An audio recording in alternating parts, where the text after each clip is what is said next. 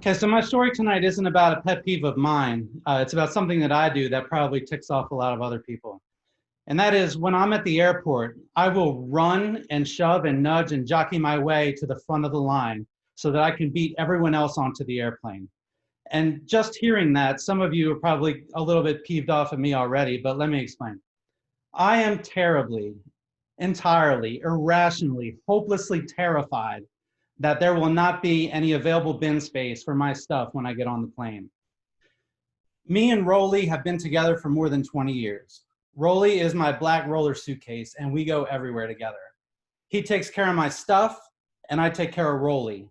And he does not get checked. He does not get tossed in the cargo hold like garbage. He does not. He rides with me, safely stowed overhead in the comfort of the cabin.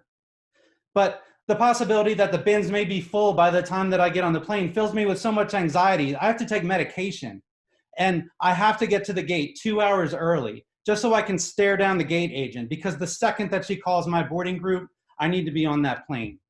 If not, I run the risk of a bin shortage, and you know what that looks like. You've all seen that.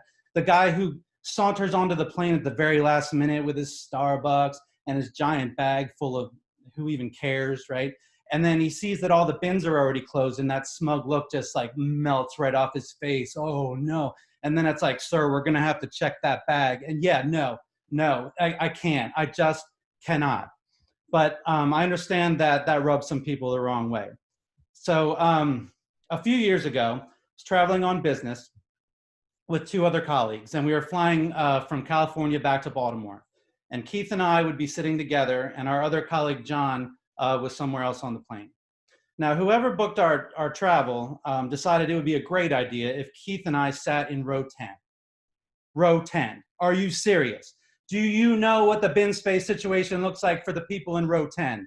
After all these bastards in row 30 and 25 and 20 jam all their needless crap up in there, there's no room for row 10. Row 10 doesn't have a prayer.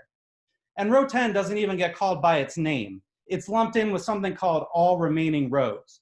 All remaining rows. So they call all remaining rows, as undignified as that is, right? And I leave Keith and John in the dust, and I race to the front, and I'm pushing and shoving my way in, and the whole time I'm game planning in my head. First available bin, first available bin.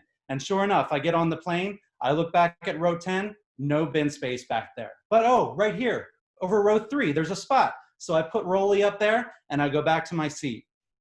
This woman in row 3, she jumps up and she starts screaming at me. She goes, hey, you can't put your bag here and then go sit back there. What's wrong with you? And I'm thinking, like, is that right? Is that a rule? Can you really not do that? She goes, you're an asshole. That spot belongs to whoever's sitting in this seat. And she pointed to the seat next to her. And a few moments later, we found out whose seat that was. It was John's.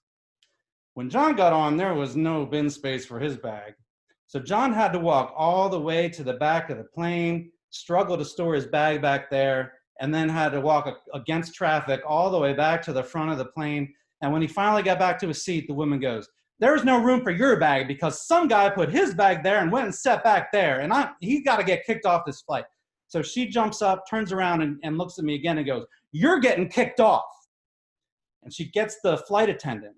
And she says, so a guy put his bag here and he sat back there, and I do not feel comfortable with this. You need to get him off this flight. And the flight attendant goes, who? Which guy? And she jumps up and points at me, and I look down at the floor and I make eye contact. But when I look back up, he's opened up the bin and he's pulling Rolly out and checking it out. And I'm like, no, you can't be serious. Is Rolly really getting kicked off this plane right now? But he pushes him back in and he says, when we get to Baltimore, I'll watch for who takes the bag, and then we'll deal with this there. Now I'm not worried about the whole bins thing anymore. My biggest fear is that I've broken on some sort of international flight law I didn't know about. Right before we take off, Keith sends a text to John. It's like, John, that's Brad's bag, and he's really sorry. And John sends back, it's okay, but she's really mad. About 2 hours into the flight, John gets up to use the restroom, and he stops by our seats. And he says, yo, that lady has been talking about your bag this entire time. And the guy says we're going to deal with it in Baltimore. So So we came up with a plan. When the plane landed, I would go to the back of the plane and get John's bag. John would stand up, pull my bag out from right over his seat, look the woman right in the eyes and say, "It was my bag the whole time, sucker." And except for the sucker part, that's pretty much how it went down. So John pulls the bag down. The woman is stunned and silent, like for the first time all day. The flight attendant did not care.